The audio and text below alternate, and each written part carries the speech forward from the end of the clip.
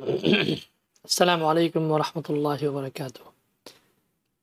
الحمد لله رب العالمين والصلاة والسلام على سيد المرسلين وعلى آله وصحبه أجمعين. أما بعد فقد قال الله سبحانه وتعالى في كلامه المجيد وفرقان حميد بعد أعوذ بالله من الشيطان بسم الله الرحمن الرحيم. يا أيها الذين آمنوا أطيعوا الله وأطيعوا الرسول وأولي الأمر منكم فإن تنازعتم في شيء فردوا إلى الله والرسول إن كنتم تؤمنون بالله واليوم الآخر. ويقول الله سبحانه وتعالى قل أطيعوا الله وأطيعوا الرسول فإن تولوا فإن الله لا يحب الكافرين. صدق الله العظيم. ويقول النبي صلى الله عليه وسلم إنما بعثت لأتمم مكارم الأخلاق وكما قال عليه الصلاة والسلام رب اشرح لي صدري ويسر لي أمري واحلل عقدة من لساني يفقهوا قولي اللهم إن الحق حقا وارزقنا اتباعه وأرنا الباطل باطلا وارزقنا اجتنابه. প্রিয় দর্শক, যারা টিভি চ্যানেলের সামনে অথবা পরবর্তীতে ফেসবুকে অথবা ইউটিউবে ইসলাম ও জীবন প্রোগ্রাম দেখবেন, আপনাদের সবাইকে আন্তরিক স্বাগত। আমরা আমাদের এই প্রোগ্রামের মাধ্যমে চেষ্টা করে থাকি যে কন্টেম্পোরারি বিষয়বস্তু নিয়ে আলোচনা করার জন্য, সাথে সাথে আপনাদের যে জীবন জিজ্ঞাসা, যে প্রশ্ন উত্তর সবসময় আমাদের যেটা প্রয়োজন হয় তার উত্তর দেওয়ার চেষ্টা করে থাকি কোরআন হাদিসের আলোকে। আমরা বর্তমানে রবিউল সানি মাসে অবস্থান করছি, যেটি আরবি মাস রবিউল আউয়ালের পরে অবস্থান করে, এবং রবিউল আউয়াল মাসটি অত্যন্ত একটি বরকতময় মাস, যে মাসে আমাদের নবীজি মুহাম্মদ রাসূলুল্লাহ সাল্লাল্লাহু আলাইহি ওয়াসাল্লাম এই দুনিয়াতে ওনার আগমন ঘটেছিল। রাসূলুল্লাহ সাল্লাল্লাহু আলাইহি ওয়াসাল্লাম এই মাসেই দুনিয়া ত্যাগ করেছিলেন, এবং এই মাসে রাসূলুল্লাহ সাল্লাল্লাহু আলাইহি ওয়াসাল্লাম আমাদের জন্য, দুনিয়ার মানুষের জন্য আল্লাহর বাণী ওমা আরসালনাকা ইল্লা রাহমাতাল লিল আলামিন, রহমত হিসেবে আমাদের জন্য দুনিয়ার বুকে এসেছিলেন। রাসূল চলে গেছেন, তো রাসূলের যে আদর্শ, রাসূল সাল্লাল্লাহু আলাইহি ওয়াসাল্লামের যে শিক্ষা আমাদের জন্য রেখে গেছেন। পূর্ববর্তীতে নবীরা আসতেন, নবীরা চলে গেলে তাদের জায়গায় আরেকজন নবীকে আল্লাহ তাআলা পাঠাতেন, এবং সেই নবীরা পূর্ববর্তী যেই কিতাব, যে গ্রন্থ বা সহিফা, তার আলোকে তার উম্মতদেরকে পরিচালিত করতেন, এবং উম্মত তাদের পথঙ্ক অনুসরণ করতেন। রাসূলুল্লাহ সাল্লাল্লাহু আলাইহি ওয়াসাল্লামের পূর্বে হযরত ঈসা আলাইহিস সালাম আসছিলেন, এবং ঈসা আলাইহিস সালাম থেকে নিয়ে মুহাম্মদ রাসূলুল্লাহ সাল্লাল্লাহু আলাইহি ওয়াসাল্লাম এক ফাতরা লম্বা সময়টা অতিবাহিত হয়ে গেল, 600 বছরের কাছাকাছি। এবং এই 600 বছরে দুনিয়াটা অন্ধকার যুগে আচ্ছিন্ন হয়ে গিয়েছিল, যেটাকে আরবিতে বড় বড় জাহালিয়াতে জমানা বলা হয়। রাসূলের আগমনে সে বর্বরতা, জাহালাতকে আল্লাহ তাআলা দূর করে রেখেছেন। ক্বাদ জাআকুম মিনাল্লাহি নূরুন ওয়া কিতাবুম মুবিন, আল্লাহ সুবহানাহু ওয়া তাআলা নূর এবং কিতাব মুবিন দিয়ে রাসূলকে দুনিয়াতে পাঠিয়েছিলেন।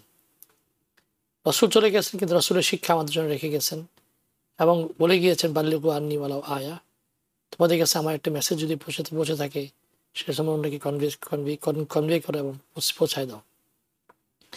রাসূলের এই সিরাত থেকে আমাদের কি শিক্ষা আমরা পেয়েছি, আমরা কি শিক্ষা অর্জন করতে পারছি, সেই জিনিসগুলো নিয়ে আজকে আলোচনা করবো ইনশাআল্লাহ। রাসূল আমাদের যেখানে চলে গেছেন, রাসূলের সিরাত আমাদেরকে অনেক রেখে গিয়েছেন। রাসূল বলেছেন ইন্নামা বুইসতু লিউতাম্মিমা মাকারিমাল আখলাক, ইন্নামা বুইসতু মুআল্লিমান। রাসূল আমাদের জন্য পরিপূর্ণ আখলাক এবং কন্ডাক্ট, ম্যানার, বিহেভিয়ার্স রেখে গেছেন, আমাদের জন্য মুআল্লিম হিসেবে এসেছিলেন, আমাদের জন্য শিক্ষা রেখে গিয়েছেন।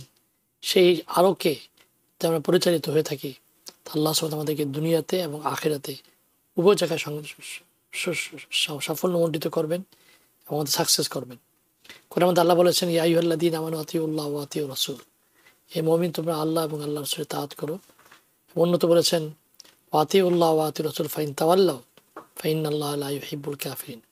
সুতরাং এই দুনিয়া, শুধু দুনিয়া প্রতিটা ক্ষেত্রেই, চাই সে রাজনৈতিক হোক, অর্থনৈতিক হোক, সামাজিক হোক, পারিবারিক হোক, প্রতিটা ক্ষেত্রে আমাদেরকে রাসূলের যে আদর্শ সেটা অনুসরণ করতে হবে। প্রিয় দর্শক, আমরা জানি যে আমাদের এই প্রোগ্রামে সবসময় একজন গেস্ট থাকেন। আজকে আমাদের সাথে জয়েন করেছেন মাওলানা ফায়কুদ্দিন সাহেব। আমি ওনাকে প্রথমে প্রশ্ন করব যে প্রথমত পরিচয়, মাওলানা কেমন আছেন? জি আলহামদুলিল্লাহ, আল্লাহ পাকের মেহেরবানি। আপনি হসপিটালে ছিলেন, আল্লাহ আপনাকে সুস্থ করুক। এই অসুস্থ শরীর নিয়ে আমাদের এই প্রোগ্রামে এসেছেন, জাযাকাল্লাহ খায়ের। আপনাকে কেমন আছেন মাওলানা? আলহামদুলিল্লাহ, আল্লাহ পাকের শরীরটা কেমন মাওলানা? আল্লাহ পাকের মেহেরবানি। জি আলহামদুলিল্লাহ। তোমার আপনাকে বেশি কষ্ট দিব না, যত সহজে করতে পারেন। সিরাতুন নবী সাল্লাল্লাহু আলাইহি সাল্লামের যে মাসটি রবিউল আউয়াল মাস আমাদের সামনে অতিবাহিত হয়ে গিয়েছে, এবং রাসূল সাল্লাল্লাহু আলাইহি ওয়াসাল্লাম আমাদের জন্য শিক্ষা রেখে গেছেন। অন্যত এক জায়গায় বলেছেন বয়স্তুলি ওতামা কারিমান আখলাক বয়স্তু মুআল্লিমান। রাসূল তো চলে গেছেন, এখন এক যে মুসলমান হিসাবে পরবর্তী উম্মতের জন্য, পরবর্তী আনেওয়ালাদের জন্য আমাদের কি শিক্ষা, রাসূল থেকে শিক্ষা নিয়ে তাদের জন্য রেখে যাওয়া, সে সম্পর্কে আলোচনা করব। আপনাকে অসংখ্য ধন্যবাদ। আলহামদুলিল্লাহ ওয়াসসালাতু ওয়াসসালামু আলা রাসূলিল্লাহ ওয়া আলা আলিহি ওয়া আসহাবিহি ওয়া মান ওয়ালা। আম্মা বা'দু ফাআউযু বিল্লাহি মিনাশ শাইতানির রাজীম। বিসমিল্লাহির রাহমানির রাহিম। মান ইউতি'ইর রাসূল ফাকাদ আতা আল্লাহ ওয়া মান তাওয়াল্লা ফামা আরসালনাকা আলাইহিম হাফিযা। সাদাকাল্লাহু মাওলানাল আযীম। ওয়া ক্বালা রাসূলুল্লাহ সাল্লাল্লাহু আলাইহি ওয়াসাল্লাম বু'ইসতু লিউতাম্মিমা মাকারিমাল আখলাক। পবিত্র কোরআনে আল্লাহ সুবহানাহু ওয়া তাআলা বিভিন্ন আয়াতে যেখানে নবী করিম সাল্লাল্লাহু আলাইহি ওয়াসাল্লামের আলোচনা এসছে, সেখানে আল্লাহ সুবহানাহু ওয়া তাআলা তার অনুসরণে যে আল্লাহ পাকের অনুসরণ, আল্লাহর দ্বীনের অনুসরণ, আল্লাহ পাকের সন্তুষ্টি অর্জনের লক্ষণ, সেটি আল্লাহ সুবহানাহু ওয়া তাআলা বলেছেন। এবং এটাও বলেছেন যে সর্বোত্তম জীবনকে যদি সর্বোত্তম আদলে কেউ নির্মাণ করতে চায়, সুন্দর অবয়বে যদি সাফল্যের জীবন যদি কেউ বিনির্মাণ করতে চায়, অবশ্যই তার জন্য মুহাম্মদুর রাসূলুল্লাহ সাল্লাল্লাহু আলাইহি সাল্লাম তিনি হলেন নমুনা, জীবন্ত নমুনা। সেই দিন থেকে শুরু করে আজ অবধি এবং এখন থেকে নিয়ে কিয়ামত, আল্লাহ সুবহানাহু ওয়া তাআলা প্রিয় নবী সাল্লাল্লাহু আলাইহি সাল্লামকে বলছেন, ওয়ামা আরসালনাকা ইল্লা কাফাতাল লিন-নাসি বাশীরা ওয়া নাযীরা ওয়ালাকিন্না আকসারান নাসি লা ইয়ালামুন, যে যথেষ্ট প্রত্যেকটি মানুষের জন্য। প্রিয় নবী সাল্লাল্লাহু আলাইহি সাল্লাম, একটি কোশ্চেন যেটা আমাদেরকে অনবরত শুনতে হয় এবং আমাদের সমাজে এই জাতীয় কোশ্চেনগুলো অনবরত ঘুরতে থাকে, যে নবী করিম সাল্লাল্লাহু আলাইহি সাল্লামের যে জীবন ছিল সেই যুগের জন্য এটার কার্যকারিতা বা সেই যুগের জন্য এটার উপকারিতা, এটা গ্রহণীয়। কিন্তু নবীর যুগ চলে গেছে, আমরা যুগ পরিবর্তিত হয়েছে, আমরা সেই মধ্যযুগ থেকে নিয়ে আমরা আধুনিক যুগ থেকে নিয়ে সর্বাধুনিক যুগে আমরা এখন উপনীত হয়েছি। এই যুগে এসেও কি রসুলের এই জীবন পালন করা আমাদের কি প্রয়োজনীয়তা আছে? এই প্রশ্নে মুসলমানদের ভিতরে দুটি ভাগ হয়ে গেছে। এক শ্রেণীর যারা আধুনিক শিক্ষিত, তাদের ভিতর থেকে কিছু অংশ তারা আধুনিক জীবন যাপনের মানুষে তারা পরিপূর্ণভাবে মডার্ন সিভিলাইজেশন থেকে যে গাইডলাইন, যে দিক নির্দেশনা, যে ওপিনিয়ন, যে ট্রেডিশন, যে পরামর্শ, যে ফিলোসফিক্যাল জীবনের যে স্বপ্ন এবং রূপরেখা, সেই অনুযায়ী তাদের জীবনকে তৈরি করাকে তারা সাফল্যের মানদণ্ড মনে করছে। এবং এই শ্রেণীটা তারা ইসলামের বিষয়টাকে তারা পিছিয়ে রেখেছে আর সর্বাগ্রে স্থান দিয়েছে আধুনিকতা। আধুনিকতা আগে পাশ্চাত্যের থেকে পাওয়া যে সমস্ত দিক নির্দেশনা, সেটাই হলো পালনীয়। ইসলামের জন্য নবীর থেকে পাওয়া যেটা, সেটা হলো পরবর্তীতে যদি সম্ভব হয় পালনীয়, না হলে অসুবিধা। আরেক শ্রেণীর মানুষ তারা মনে করেন, এরাও জেনারেল শিক্ষিত, তারাও মনে করেন যে রাসূলুল্লাহ সাল্লাল্লাহু আলাইহি সাল্লাম আমাদের জীবনের সর্ব অবস্থায় প্রাসঙ্গিক এবং নবীর অনুসরণ জীবনকে সর্বদা ধারণ করার ভিতরে আমাদের কল্যাণ নিহিত। ওলামা একরাম যারা ধার্মিক, যারা এটার উপরে পড়াশোনা করেছেন, তাদের এ প্রসঙ্গে আলোচনার কোনো প্রয়োজন নেই, কারণ তাদের মন মানুষ, তাদের চিন্তার জগৎ, তাদের ভাবনার জগৎ, তাদের জ্ঞানের জগৎ আলোকিত আছে কোরআনের আলোয়, হাদিসের দিক নির্দেশনায়। সুতরাং তারা এই পথের উপরে পরিপূর্ণ প্রতিষ্ঠিত আছেন। কিন্তু এখানে এই জিনিসটাকে এমন ভাবে আজকে মোটিভেট করা হচ্ছে যে যারা আধুনিক লাইনের পড়াশোনা করেন তারা, তার ধারণা এটা, যারা ইসলামের লাইনে পড়াশোনা করছেন তাদের কাছ থেকে আমার নেওয়ার কিছু নেই। যাই হোক, রাসূলুল্লাহ সাল্লাল্লাহু আলাইহি সাল্লাম আমাদের জন্য সর্বাবস্থায় প্রাসঙ্গিক। এটার জন্য কোরআনের কি দিক নির্দেশনা? ওয়ামা কানা আল্লাহু লিয়ুআযযিবাহুম ওয়া আনতা ফীহিম ওয়ামা কানা আল্লাহু মুআযযিবাহুম ওয়া হুম ইস্তাগফিরুন। কোরআনে আল্লাহ সুবহানাহু ওয়া তাআলা বলছেন, ওয়ামা কানা আল্লাহু লিয়ুআযযিবাহুম ওয়া আনতা ফীহিম, যে হে আমার রাসূল, আপনি কোন জনপদে থাকবেন, সেই জনপদ আল্লাহ পাক কখনো ধ্বংস করবেন না আপনার মর্যাদার জন্য। ওয়ামা কানা আল্লাহু মুআযযিবাহুম ওয়া হুম ইস্তাগফিরুন, আর ওই জাতিকে আল্লাহ পাক কখনো ধ্বংস করেন না যারা অপরাধ করা পরে ক্ষমা প্রার্থী হয়। মুফাসসিরিন ইকরাম বলেন যে রাসূল দুনিয়ায় জীবিত নেই, আল্লাহ পাকের শাস্তি ওই জনপদে কখনো আসবে না যে জনপদে রাসূল জীবিত নেই কিন্তু রাসূলের সুন্নাত জীবিত আছে। রাসূলের সুন্নাত জীবিত থাকাই মানে রাসূল তাদের ভিতরে জীবিত থাকা। মানুষ বিশ্বাসকে ধারণ করে তার কর্মে, বিশ্বাসের কার্যকারিতা প্রতিফলিত হয় তার আচরণে।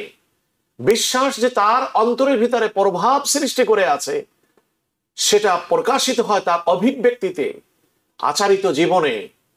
নবী আমাদের জীবনে আছে কিনা সেটি আমাদের কর্ম, আমাদের বহিঃপ্রকাশ, আমাদের আচার আচরণ এর ভিতরে ফুটে উঠবে। প্রিয় নবী সাল্লাল্লাহু আলাইহি সাল্লাম হযরত মুআজ ইবনে জাবাল নবীজির অত্যন্ত আদরের সাহাবী ছিলেন, অত্যন্ত ইয়াং সাহাবী। তিনি 20-25 বছর বয়সে যাকে রাসূলুল্লাহ সাল্লাল্লাহু আলাইহি সাল্লাম ইয়ামানের গভর্নর বানিয়ে পাঠান, নবী করিম সাল্লাল্লাহু আলাইহি সাল্লাম তাকে যে নসিহত করেছিলেন, যখন হযরত মুআজ ইবনে জাবালকে তিনি বলছিলেন, হে মুআজ, তুমি চলে যাচ্ছ এমন একটি জনপদে ইয়ামানে যেখানে যে মানুষের মাঝে তুমি ধর্মের আলোকে তাদেরকে গাইড করবে, কিন্তু তুমি যখন মদিনায় ফেরত আসবে আর কখনো তুমি আমাকে আজকে যেমন জীবিত দেখতে পাচ্ছ, আমাকে আর তুমি জীবিত দুনিয়ায় পাবে না। একজন নবী প্রেমিক সাহাবীর জন্য এটা কতখানি কষ্টের, কতখানি দুঃখের, কতখানি এটা তার জন্য মনোপীড়ার কারণ যে যিনি শুনছেন যে আবার যখন তিনি ফেরত আসবেন, এই নবীকে সে আর জীবিত দেখতে পাবে না। হযরতে মুআজ ইবনে জাবাল নবীজির এই কথা শুনে কেঁদে ফেললেন, নিজকে সংবরণ করতে পারেননি। প্রিয় নবী সাল্লাল্লাহু আলাইহি সাল্লাম তার দিকে তাকিয়ে কথা বলছিলেন, কিন্তু হযরতে মুআজ ইবনে জাবালের ক্রন্দন দেখে নবীজি তার চেহারাকে নিচের দিকে করলেন, চোখ ফিরিয়ে নিলেন মুআজ ইবনে জাবাল থেকে এবং বললেন, হে মুআজ, খুব গুরুত্বপূর্ণ একটি কথা, যে আমার সুন্নতের অনুসরণ করে সে শারীরিকভাবে আমার থেকে যত দূরেই যাক না কেন সে আমার সবচেয়ে নিকটে, আর যে আমার সুন্নতের অনুসরণ করে না সে শারীরিকভাবে যতই আমার নিকটে থাক না কেন সে আমার থেকে অনেক অনেক দূরে। বোঝা গেল নবীজির সুন্নাতকে জীবন্ত রাখার দ্বারাই রাসূলকে আমাদের ভিতরে জীবন্ত রাখা। এখানে সাইয়্যিদুল মুরসালিন খাতিমুন নবিয়্যিনের নবুয়তের তাৎপর্য নিহিত। যদি কোনো আরো নবী আসার সুযোগ থাকতো, আল্লাহ পাক সেই নবীর আগমনের জন্য আমাদের এই যুগের প্রেক্ষিতে সেই নবীর আদর্শ ফলো করার কথা আল্লাহ সুবহানাহু ওয়া তাআলা বলতেন। যেহেতু আর কোনো নবী আসবে না, এটাই প্রমাণ যে এই রাসূলের জীবন আদর্শ কিয়ামত পর্যন্ত পালনযোগ্য এবং এটার কার্যকর দিক নির্দেশনা যতটা প্রয়োজন কিয়ামত পর্যন্ত চলার জন্য, তার সমস্ত রসদ, উপকারিতা, উপযোগিতা, সমস্ত যুক্তি, দিক নির্দেশনা, সমস্ত কিছু রাসূলুল্লাহ সাল্লাল্লাহু আলাইহি সাল্লামের আনিত দ্বীনের ভিতরে দেওয়া হয়েছে। আল-ইয়াওমা আকমালতু লাকুম দীনাকুম ওয়া আতমামতু আলাইকুম নি'মাতি ওয়া রাদিতু লাকুমুল ইসলাম দীনা। আকমালতু লাকুম দীনাকুম, আল-ইয়াওমা আকমালতু লাকুম দীনাকুম ওয়া আতমামতু আলাইকুম নি'মাতি ওয়া রাদিতু লাকুমুল ইসলাম দীনা। তোমাদের দিনকে পরিপূর্ণ করে দিলাম, তোমাদের নেয়ামতকে পরিপূর্ণ আলিয়াউমা আকমালতু লাকুম দীনাকুম দীনাকুম ওয়া আতমামতু ওয়া আলাইকুম। আতমামতু আলাইকুম নি'মাতি। অর্থাৎ দিন যেহেতু পরিপূর্ণ হয়ে গেছে, এটা বোঝাচ্ছে এইটা যে নেয়ামত যেটা দিনের, এটার দ্বারা নেয়ামত যে আলিয়াউমা আকমালতু লাকুম দীনাকুম, নেয়ামতও পরিপূর্ণ হয়ে গেছে। দিন যেহেতু পরিপূর্ণ হয়ে গেছে, এই জন্য কি পরিপূর্ণ? সবচেয়ে বড় নিয়ামত যেটা আল্লাহ তাআলা বলেন, যত দুনিয়ার আল্লাহ পাকের নেয়ামতের জন্য মানুষ মুখাপেক্ষী, এই সমস্ত নেয়ামত পূর্ণ হয়ে গেছে।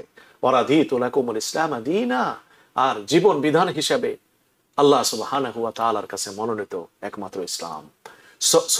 প্রিয় নবী সাল্লাল্লাহু আলাইহি সাল্লাম সামগ্রিক জীবনে, প্রত্যেকটা মানুষের জীবনে সামগ্রিক অধ্যায়ে রাসূলুল্লাহ সাল্লাল্লাহু আলাইহি সাল্লাম প্রাসঙ্গিক, এবং তিনি হচ্ছেন একমাত্র রোল মডেল বিশ্ব মানবতার জন্য। পৃথিবীর এই যোগ্যতা গত সপ্তাহে বলেছি, কোন সৃষ্টির ভিতরে আল্লাহ সুবহানাহু ওয়া তাআলা রাখেন নাই। এখানে একটা পয়েন্ট আমি আজকেও আমাদের দর্শকদের জন্য, অনেকক্ষণ দর্শক বসে আছে, একটু শুনি।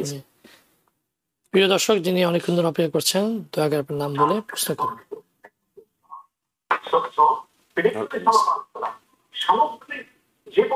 জি, আপনি ভলিউমটি কমায় দিয়ে তারপর প্রশ্ন করুন। সামগ্রিক অধ্যায় রাসূলুল্লাহ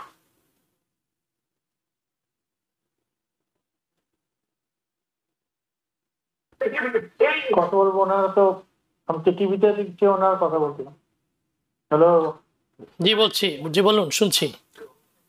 জি, আমি মেজর মোহাম্মদ আলী। আসসালামু আলাইকুম। ওয়ালাইকুম জি আসসালাম। ওয়ালাইকুম আসসালাম, কেমন আছেন? আলহামদুলিল্লাহ। এইমাত্র আপনার মুখে শুনলাম যে শেখ ফায়েক আলী সাহেব অসুস্থ ছিলেন, দোয়া করি। ফায়েকুদ্দিন সাহেব জি অসুস্থ ছিলেন। জি, আপনার মেসেজটা আমি পেয়েছি। আসসালামু আলাইকুম। জি, আপনি নিজে বলুন, আপনার প্রশ্ন আপনি নিজে বলুন। আসসালামু আলাইকুম। এইমাত্র শুনলাম শেখ ফায়েক আলী সাহেব অসুস্থ ছিলেন, দোয়া করি উনি সম্পূর্ণ সুস্থ হয়ে আমাদের সবাইকে তার বক্তব্য, তার বাণী আমাদেরকে শুনতে দিন। 3 বছর আগে আমি একটা প্রশ্ন করেছিলাম এই অনুষ্ঠান, তখন গাজার যুদ্ধ মাত্র শুরু হয়েছিল।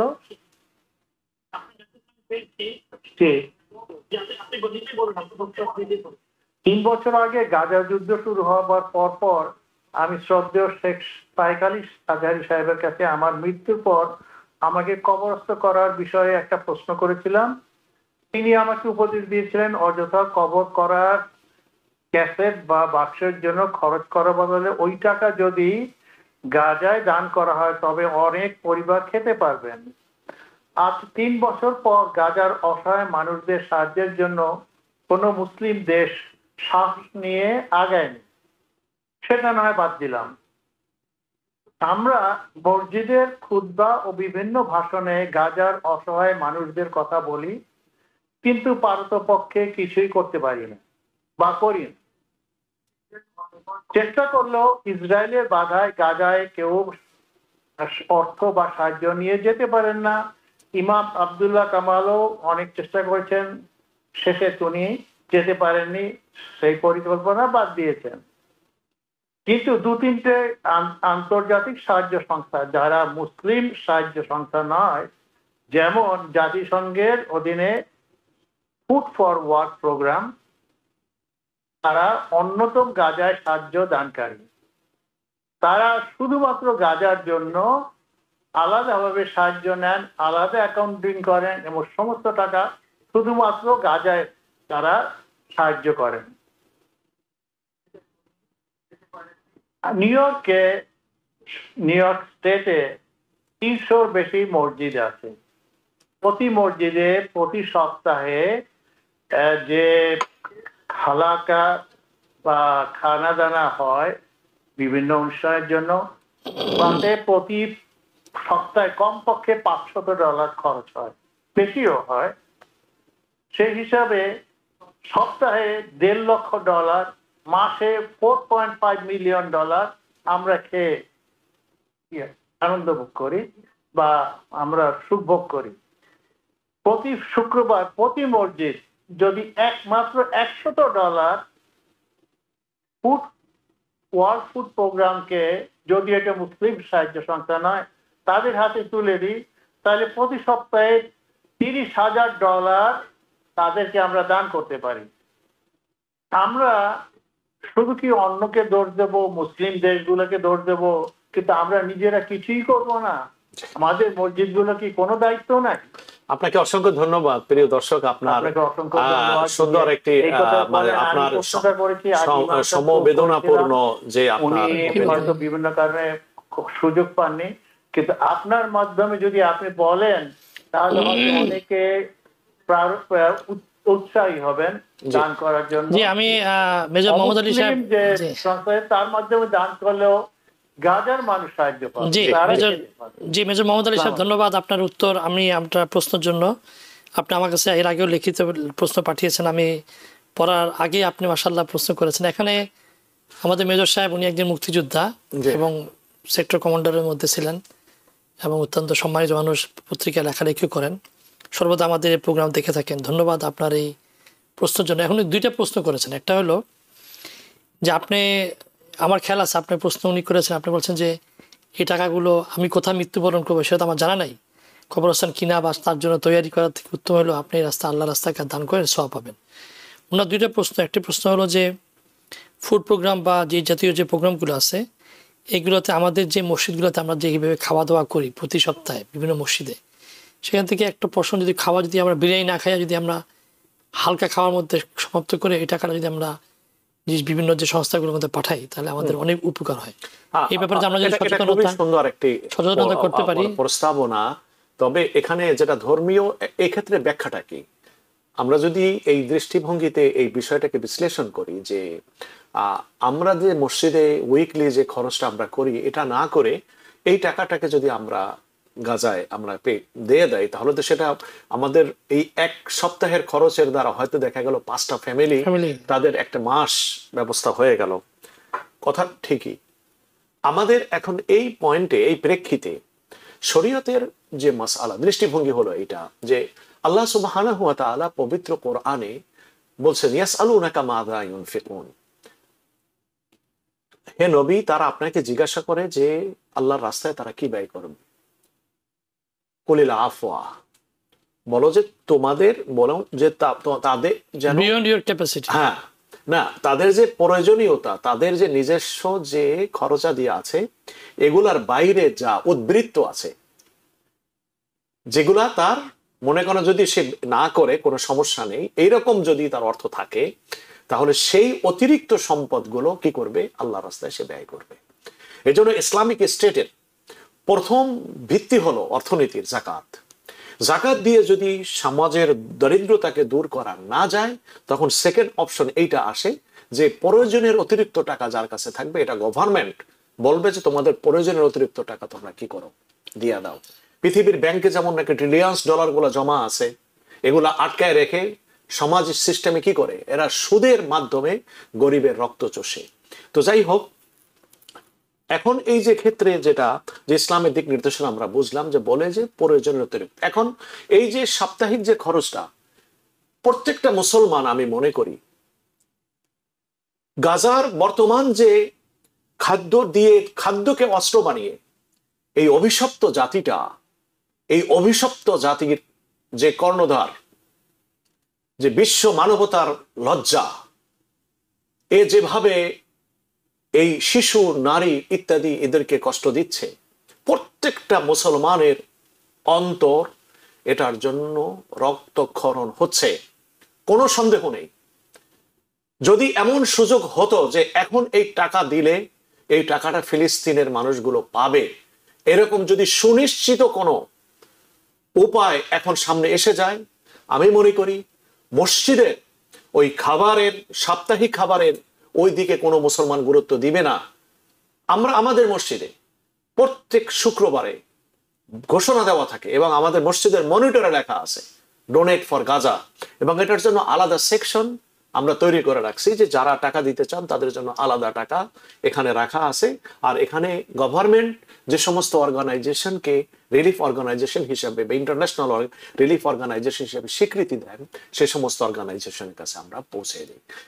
আপনি বলতে চাচ্ছেন যে আমাদের উচিত যে প্রত্যেকটা মসজিদে মানসিকভাবে আমরা প্রস্তুত আছি, কিন্তু সিচুয়েশনটা এখন এরকম যে আপনি ইচ্ছা করে আপনি কিন্তু তাদেরকে সাহায্য করতে পারবেন না। এমন একটা সিস্টেমের ভিতরে এটা আটকায় রাখছে যে আপনার বাহির থেকে কোনোভাবে ওখানে ঢুকতে যাওয়ার কোনো সুযোগ দেখান। ফ্লোটিলা যেটা যাচ্ছে তাদেরকে ড্রোনের মাধ্যমে আক্রমণ করে তাদেরকে আতঙ্কিত করছে যাতে তারা কোনোভাবে না যেতে পারে, গাজার কাছেই যেন ভিড়তে না পারে তারা। তো এখন মুসলমানদের সামনে যে অবস্থা আছে, মুসলমানরা পরিপূর্ণভাবে প্রস্তুত সাহায্য করার জন্য তাদের সাধ্য অনুযায়ী, কিন্তু সেই সুযোগটা অবারিত হওয়ার অপেক্ষা মাত্র। এটা হওয়ার পরেই আজকে যে আপনি মোহাম্মদ আলী সাহেবের যে প্রশ্ন কথা বললেন, প্রত্যেকটা মানুষ ইনশাআল্লাহ এই কাজের দিকে যাবে। আমি তো মনে করি যদি নিমে না নে গর খোরাদ মর দে খোদা বজলে ধরবে শাহ কুনাদ নিমে দেগার, রাসূলুল্লাহ সাল্লাল্লাহু আলাইহি সাল্লাম আমাদেরকে এই দীক্ষা দিয়ে গেছেন। প্রত্যেকটি মুসলমান এই দীক্ষা তার অন্তরে ধারণ করে আছে যে একটি টাকাও যদি তার কাছে থাকে, আর একজন অভুক্ত মানুষ যদি তার সামনে আসে, সে তার এই 50 সেন্ট সে তার ভাইয়ের জন্য ব্যবহার করার এই দীক্ষাটুকু রসুলের উম্মত হিসেবে প্রত্যেকটা উম্মত ক্যারি করে। সেই রকম একটি সিচুয়েশন এসে গেছে গাজার এই ব্যাপারে। তো ইনশাআল্লাহ আমি আশা করি ইনশাআল্লাহ সিচুয়েশন, পৃথিবীর সিচুয়েশন পরিবর্তন হচ্ছে। এই অবস্থার ভিতরে একজন প্রশ্ন করেছেন সাহায্যের জন্য এগিয়ে আসবেন, এবং মসজিদে, প্রত্যেকটা মসজিদে ইনশাআল্লাহ আপনি দেখতে পাবেন প্রত্যেকটা মসজিদে সাধ্য অনুযায়ী ইতিপূর্বে যতটা না হয়েছে, ভাবনার বাইরেও সারা দুনিয়ার মুসলমানরা এটার জন্য এগিয়ে আসবে ইনশাআল্লাহ। আর আপনার এই প্রশ্নের জন্য অনেক অত্যন্ত ধন্যবাদ। আমাদের সবাইকে, সমাজকে সচেতনতা করা যাচ্ছে আপনার প্রশ্নের কারণে।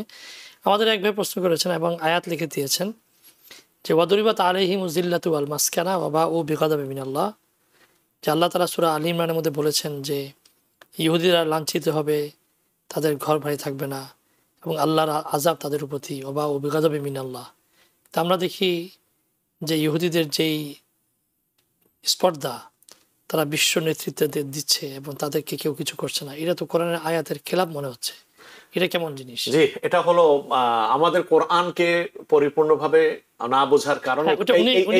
উনি কোরআন না বোঝার কথা বলছেন না, আমি বলছি কোরআনের সামগ্রিক ওইগুলাকে, সমগ্র আয়াতের অর্থ সামনে না থাকার কারণে এই প্রশ্নটা এসছে, এবং এই প্রশ্নটা আসাটা স্বাভাবিক। জি। তো এখন এখানে দুটি হচ্ছে ব্যাপার হলো, দেখুন ইহুদি সম্প্রদায়ের ভিতরে সব ইহুদিরা কোরআনে পাকে নিন্দা করে নাই, কোরআনে পাকে নিন্দা করে নাই, কোরআনে কিন্তু ইহুদিদের প্রশংসাও করছে। জি। অমিনহুম মান ইন তা'মানহু বিকিনতারি ইউদ্দিহি ইলাইক অমিনহুম মান ইন তা'মানহু বিদিনারি লা ইউদ্দিহি ইলাইকা ইল্লা মা দুমতা আলাইহি কায়মা। তাদের ভিতরে এরকম মানুষ আছে যাদের কাছে তুমি অসহস্র অগণিত সম্পদ যদি তার কাছে রাখো, সে তোমাদেরকে এটা ফেরত দিয়ে দিবে। আল্লাহ পাক ইহুদিদের প্রশংসা করছেন এখানে। আর একটা হচ্ছে আল্লাহ সুবহানাহু ওয়া তাআলা বলেন যে যালিকা বিআন্না মিনহুম কিসসিসিনা ওয়া রুহবানা ওয়া আন্নাহুম লা ইস্তাকবিরুন।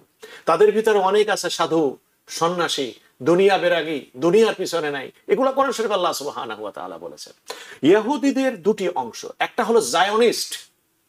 এই জায়নিস্টটা হলো অভিশপ্ত। এই জায়নিস্টটা যদি খ্রিস্টানদের থেকেও হয় তবুও তার অভিশপ্ত, কারণ সেখানে মানবিক বিবেচনাকে তারা কবর দিয়ে রাখে, ব্যক্তি স্বার্থকে সবকিছুর উপরে এর স্থান দিয়ে রাখে। পৃথিবীর ইতিহাসে তারা হলো নিন্দিত। এর ভিতরে ওয়েস্টার্ন জগৎ যেমন এটাকে, হিটলারকে তো বলে ফেলছে। হিটলারকে কেন বলছে? এর ভিতরে একটা শয়তানি আছে। শয়তানিটা হলো এই, সে ইহুদিদেরকে মারছে এই জন্য, যেহেতু অন্য জাতিকে মারতো তাহলে হয়তো হিটলারকে আজকে যেভাবে চিহ্নিত করা হয়েছে, পৃথিবীর ভিতরে সবচেয়ে বেশি অপরাধী এতখানি এটা চিহ্নিত করতো না। এটার পিছনে আর একটা রাজনৈতিক খেলাও আছে। আমি বলতেছি এটা যে অভিশপ্ত হলো কারা? যারা জায়নিস্ট, যারা মানবিকতার খেয়াল করে না, আন্তর্জাতিক আইনের খেয়াল করে না, যারা ধর্মের দিক নির্দেশনা খেয়াল করে না, যারা বলে আমরা এই ধর্মের অনুসারী, অথচ সকাল বিকাল সন্ধ্যা তারা সেই ধর্মের পরিপূর্ণ বিপক্ষে তারা অবস্থান করে, তারা হলো অভিশপ্ত। প্রশ্ন হচ্ছে এটা যে ইহুদির বর্তমান যারা জুলুম করছে দুনিয়ায়, এরা হলো জায়নিস্ট। এ ব্যাপারে তো কোনো সন্দেহ নেই। যে ইহুদির আজকে ফিলিস্তিনে নির্যাতন করছে, এরা একজনের জন্ম কিন্তু ফিলিস্তিনে না, এরা সব ইউরোপ থেকে আসছে। আর যে সময় ফিলিস্তিনের উপরে ইসরায়েলি রাষ্ট্র ঘোষণা হলো, তখন 2.5% ইহুদি সেখানে থাকতো। তাহলে সেই মাইনর গ্রুপটাকে গায়ে অধিকার করতে যায় 95% মানুষের অধিকারকে জলাঞ্জলি দিয়েছিল। যারা দিয়েছিল তারা খ্রিস্টানদের জায়নিস্ট, এরাও অভিশপ্ত, এরাও ব্রিটিশ। ইসরায়েলের যেমন জায়নিস্ট, এরা হলো অভিশপ্ত। ব্রিটিশের জায়নিস্ট খ্রিস্টান যারা, তারা অভিশপ্ত। যারা ইসরায়েল নামক রাষ্ট্রটাকে, যারা মুসলমানদের উপরে আন্তর্জাতিক আইনকে ভঙ্গ করে তারা চাপাই দিছে। তো যাই হোক, এখন প্রশ্ন আসছে এইটা, এখন রেস্ট অফ দ্য ইহুদি যারা জায়নিস্ট না, তারা কি অভিশপ্ত? তাদেরকে আল্লাহ সুবহানাহু ওয়া তাআলা পবিত্র কোরআনে যদি সবাই অভিশপ্ত হতো, তাহলে এই দুটি আয়াতে, যে দুটি আয়াত আমি আপনাদের সামনে পড়লাম, একটা হলো সূরা আল ইমরানে, আর একটা হলো সূরা মায়েদা। সূরা মায়েদা, এই দুটি আয়াতে আল্লাহ সুবহানাহু ওয়া তাআলা তাদের প্রশংসা করতেন না যদি সমস্ত ইহুদিরা এটার ভিতরে ইনভলভ হতো। তাহলে এটার হুকুমটা কি? এখন কোরআনে কি বলছে? কোরআন ইহুদিদের সম্পর্কে, যারা অভিশপ্ত, তাদের সম্পর্কে সূরা আলে ইমরানের 4 পারায় আরেকটি আয়াতে আল্লাহ সুবহানাহু ওয়া তাআলা বলেন যে তারা অভিশপ্ত, কিন্তু কিভাবে? হাবলিম মিনাল্লাহি ওয়া হাবলিম মিনান নাস। যে ইহুদিদের ছত্রছায়া দুইটা। একটা ছত্রছায়া হচ্ছে যে তারা অন্যের সাপোর্টে তারা দুনিয়ায় তাদের অস্তিত্বকে টিকায় রাখবে, তাদের প্রভাব প্রতিপত্তি অন্যের ছত্রছায়ায় রক্ষিত হবে। আর একটা হলো যে আল্লাহ পাকের তত্ত্বাবধানে, তার সাহায্যে, তার রহমতে, তার অন্য অন্য নেক বান্দাদেরকে যেভাবে তিনি সাহায্য করেন, সেই সাহায্যের ছায়াতলে তারা প্রতিপালিত হবে। আল্লাহ পাক এই প্রসঙ্গে বলেন যে আল্লাহর সাথে এই সম্পর্ক তাদের কাট আপ হয়ে গেছে। এরা হলো এই জায়নিস্ট, এরা হলো জায়নিস্ট, খ্রিস্টান, ইহুদি এবং অন্য জাতীয় যারা ন্যায়, অন্যায়, মানবিকতা ইত্যাদি কোনো কিছু কেয়ার করে না তারা। সুতরাং এই জায়নিস্ট গুলার ব্যাপারে আল্লাহ সুবহানাহু ওয়া তাআলা বলছেন তাদের সাথে আল্লাহর কোনো সম্পর্ক নাই। আল্লাহ পাক তাদেরকে ছেড়ে দিয়েছেন, তাদেরকে সময় মতো আল্লাহ সুবহানাহু ওয়া তাআলা পাকড়াও করবেন। আর এরপরে ওয়াহাবলিম মিনান নাস, আর একটা হলো মানুষের ছত্রছায়া তারা থাকবে, মানুষের ছত্রছায়া।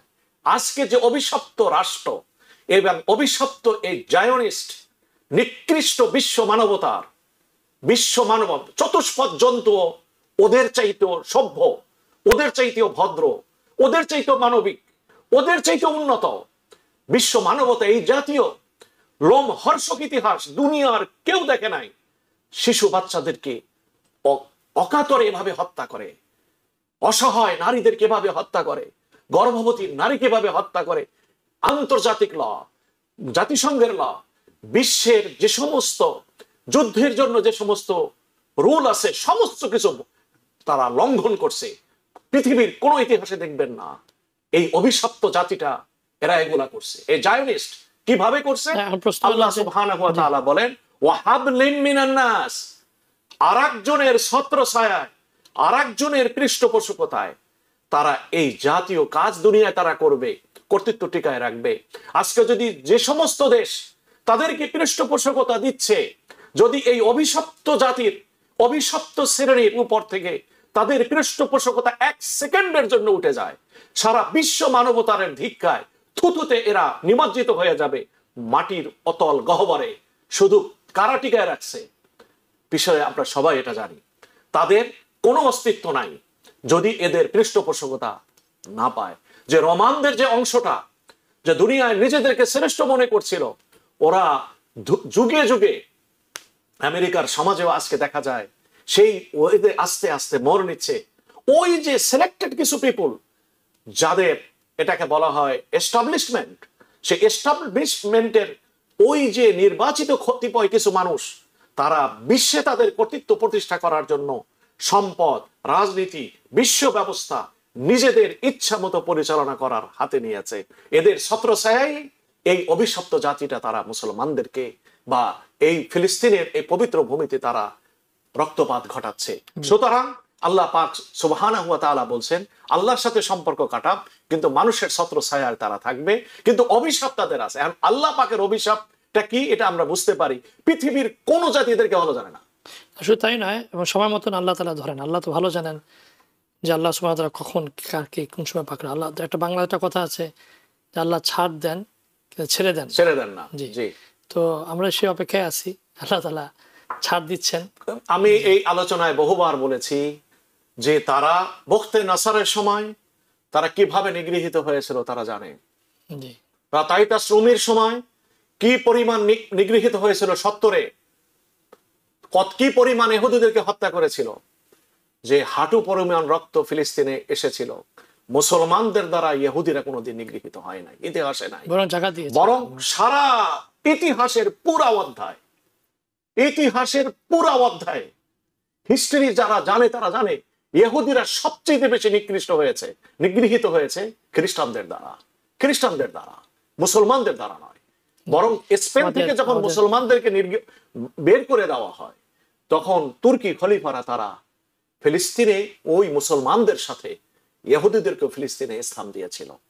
কিন্তু ভাগ্যের নির্মম পরিহাস, যারা পেল সবচেয়ে বেশি সাপোর্ট, আনুকূল্য, তারাই হয়ে গেল আজকের সবচেয়ে বেশি। কিন্তু দেখবেন এরপরেও ইহুদিদের অনেক ইহুদি রাবাই, অনেক ধার্মিক ইহুদি তারা ফিলিস্তিনের পক্ষে তারা স্লোগান দিচ্ছে, তারা এই হত্যাযজ্ঞকে তারা নিন্দাবাদ করছে। এটা শুধু স্বল্প সংখ্যক নয়, বহু সংখ্যক ইহুদি তারা এটাকে কি করছে, নিন্দাবাদ করছে। সুতরাং অভিশাপের যে পয়েন্টটা, সে পয়েন্টের ভিতরে ওই জায়নিস্ট যারা, সে জায়নিস্টকে আমরা ইনক্লুড করি, যারা অন্যের ছত্রছায়া তারা চলছে। আল্লাহ পাক যারা ছত্রছায়া দিচ্ছে তাদের দ্বারাই দেখবেন এদের এই শিকল পরেই, কবি নজরুলের ভাষায়, এই শিকল পরেই তোদের শিকল করবো রে বিকল। যে ব্রিটিশ নির্লজ্জ ভাবে ফিলিস্তিনের অধিকারকে এমন ভাবে কবর দিল, সেই ব্রিটিশ আজকে ফিলিস্তিনকে স্বীকৃতি দিচ্ছে। এটা ইতিহাসের পুনরাবৃত্তি, যে স্পেন মুসলমানদেরকে বের করে দেওয়ার জন্য কত হাজার লক্ষ মানুষকে হত্যা করেছে, যে নৌকায় ডুবিয়ে মেরেছে, যে জাহাজে ডুবাইয়ে মারছে, সেই জাহাজের তক্তা পর্যন্ত আপনি আমি স্পেনে যে সচক্ষে দেখে এসেছি। সেই আপনার আলহামারা, সেই নাম জানি কি কর্ডোবা, সেই মসজিদের সামনে এখন পর্যন্ত সেই তক্তাগুলো পর্যন্ত সংরক্ষণ করা আছে।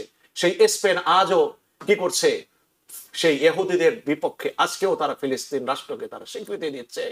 এবং ফ্লোটিলার জন্য সাপোর্ট ইতালি এবং স্পেন, তারা নিজেরা তাদের জাহাজ পাঠিয়ে তাদেরকে রক্ষণাবেক্ষণের জন্য ভূমিকা। ধন্যবাদ জি মাওলানা ফাখরুদ্দিন। আমরা আমাদের পূর্ণবাসের সময় চলে এসেছি।